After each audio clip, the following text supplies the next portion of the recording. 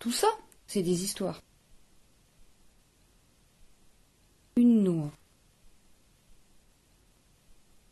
Les températures étaient à la baisse déjà. Les araignées faisaient la queue aux portes et aux fenêtres pour passer l'hiver au chaud. Les feuilles commençaient à jaunir ou à se pourprer.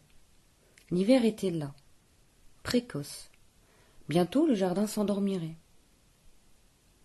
Je me dépêchais de récolter des graines pour les mettre à sécher. J'aime ça, faire provision de semences. L'hiver venu, je peux ouvrir ma boîte à petits trésors de la nature en puissance et rêvasser, en attendant le moment où je pourrai à nouveau fourrer mes doigts dans la terre pour semer, repiquer, biner, contempler mes jeunes pousses. D'ailleurs, il faisait si gris, si froid, si pluvieux, que déjà me prenait l'envie de rêver au prochain printemps. Je suis donc allé chercher ma boîte à graines pour en faire l'inventaire. Pastel des teinturiers, miel des blés, bleuets, et, égaré au milieu de ces 3 heureux sachets, un petit sac de toile que je voyais pour la première fois.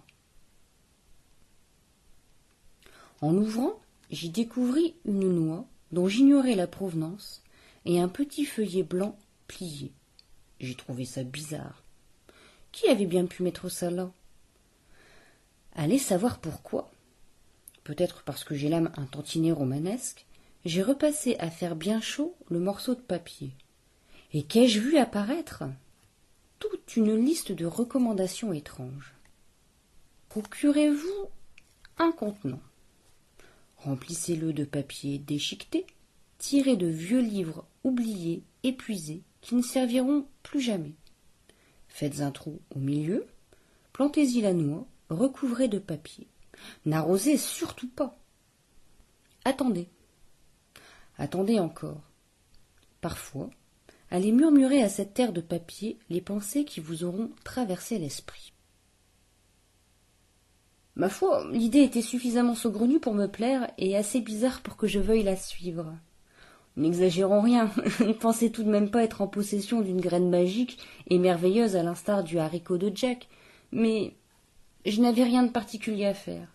Dehors, il pleuvait des cordes et même des pianos, à en croire le boucan du diable que faisait l'orage. Alors j'ai laissé libre cours à cette idée singulière qui ne ferait de mal à personne de surcroît. Ça valait, à mon sens, qui est rarement le sens commun, bien mieux que l'ennui.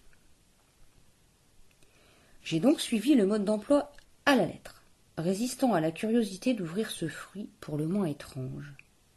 Et j'ai planté la noix dans du papier déchiqueté, tiré de vieux livres que j'avais, dans un élan de compassion, ramassé au rebut, un jour d'encombrant. De temps en temps, je donnais un petit coup de serfouette pour aérer la terre. Tous les jours, je murmurais au papier une petite pensée plaisante ou amusante, charmante ou merveilleuse. Parfois, je m'asseyais en tailleur pour contempler mon pot, en rêvant à haute voix. Parfois triste, c'est que la vie n'est pas toujours drôle, je murmurais mes petits chagrins, en prenant grand soin de ne jamais mouiller le papier de mes larmes. Rien ne se passait pourtant, si ce n'est que le papier imprimé devenait blanc petit à petit. J'aurais même juré qu'il se tramait des choses sous la surface de ce bien curieux terreau. Allons donc. Un jour, pressé, je suis passé à toute vitesse devant ma petite plantation insolite. Un plop va interrompre mon élan. Freinant des 2 fers, j'ai lorgné la merveille des merveilles. Une plante venait d'éclore. Ah ça, je dois dire que je me serais attendu à tout. Un cétacé, 2 éléphants, un banc de poissons, une montre à gousset, des couverts en argent. Mais une plante. Mon esprit fantasque n'aurait pu l'imaginer. J'avais les yeux écarquillés, la mâchoire tombante. Je ne sais trop combien de temps je suis restée ainsi, surprise, émerveillée, et le souffle coupé, à observer ce curieux végétal sous toutes les nervures. Je n'avais qu'une seule envie, en cueillir le fruit, mais je n'osais pas. Je finis par le récolter, tremblante, avant de l'herboriser dans un bien étrange herbier, il faut l'avouer, car ce qui avait poussé, ce n'était ni une herbe, ni un fruit, ni un légume, pas même une idée en germe, mais une histoire. Comment ça, je vous raconte des carabistouilles? Eh bien oui, justement. Après avoir consigné cette aventure, j'ai mis à l'abri le premier fruit récolté. Puis, je suis allé voir ma curieuse plantation.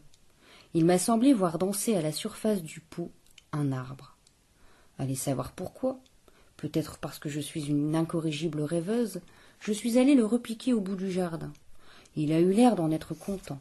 Il a grandi, grandi, grandi. Et comme pour me remercier, il m'a tendu une branche que je me suis aussitôt empressé de serrer, exactement comme on serre la pince à quelqu'un. Et je me suis retrouvée avec une noix en main. Un petit vent caressant vint faire frissonner l'arbre, je tendis l'oreille, et la musique des feuilles me murmura « Ouvre-la ». J'ai sorti un couteau de ma poche, et j'ai ouvert la noix. Il y avait là non des cerneaux charnus, mais des mots.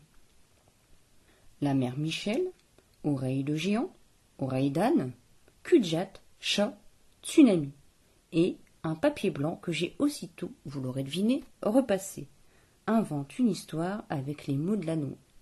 Quelle salade!